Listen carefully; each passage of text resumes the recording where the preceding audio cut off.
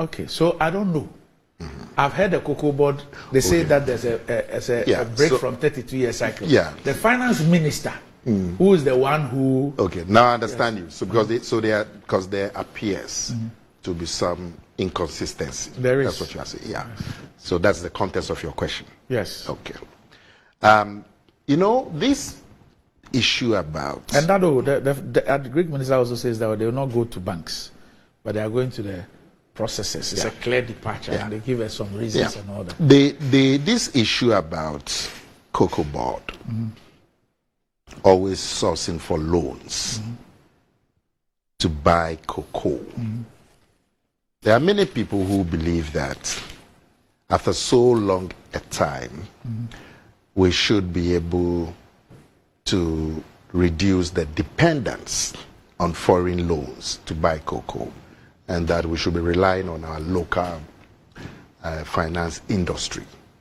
And that also shows that we've come of age and that we are self-sufficient.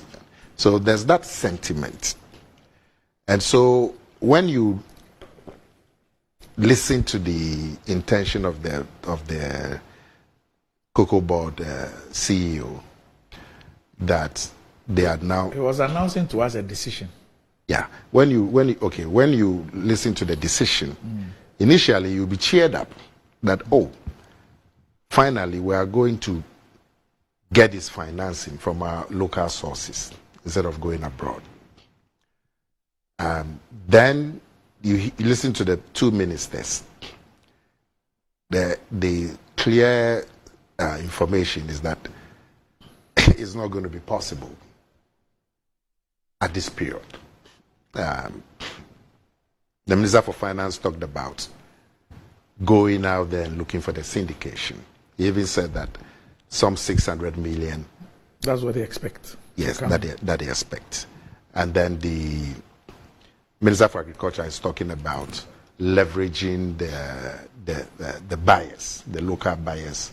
I think he mentioned 2 or 3 companies, and leveraging their relationship to see if they can raise some money. So obviously, for this cocoa season, 2024-2025, there is going to be a combination of foreign borrowing and local borrowing, raising the money through local sources. And so the intention of the CEO of COCOBOD clearly has been qualified by the statements made by his bosses, the ministers of finance. COCOBOD lied to us. We haven't heard a clarification from the CEO. At the moment, he says a decision has been taken by COCOBOD. And you see, Nana, why I say so is that last week, when he said that, I actually showed a document from COCOBOD. The document we showed that they were out there.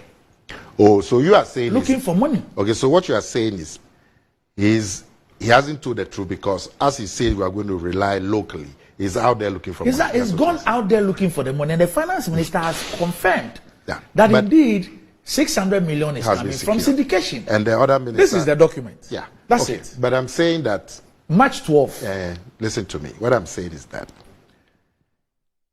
let's give him some benefit of the doubt. And let us have him come and clarify that, Chief, you said we are going to do this thing locally. Your ministers are saying something different. What is the aim? So let's give him a small benefit of the doubt. Give him the chance to come back. Nana, you heard him. Your tree is better than mine. I heard him say what? Didn't you hear what he said? Yeah, and I'm saying that what he says and what the ministers say require clarification to be consistent. You got the whole daily graphic to go and do this. This was, and the minister spoke yesterday, isn't it? Yes. Yes. So going to do we are breaking a 32-year cycle, blah, blah, blah.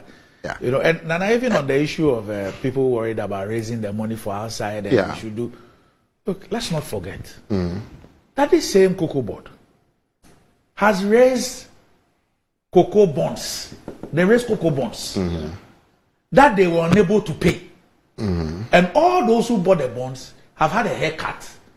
And in fact, the COCOBOD CEO himself confirms that the interest rate of 30% by the renegotiation, they have dropped it to 12.5%, which has saved them some money, and they've turned around and declared their profit on the basis of they pickpocketing those of us who bought the cocoa bonds. Yeah.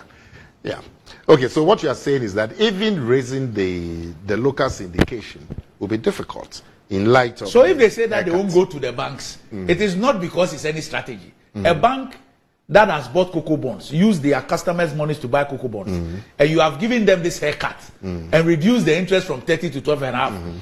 How do you go back to them after 4 months to tell them that come and give me money? So clearly there'll be a difficulty, and beyond even the context of the cocoa bonds and not paying them the right interest and all of that, you are getting an average of 2 billion from the foreign syndication. Now we can't again. But you see, even under normal circumstances, to be able to turn around a 2 billion foreign borrowing into local borrowing, and 2 billion is not the kind of money that you trifle with. It's a lot of money. In today's terms, you are talking of in excess of 32 billion cedis. So even in 1 year, turning around a 2 billion foreign inflow into a local inflow, everything being equal, is going to be difficult.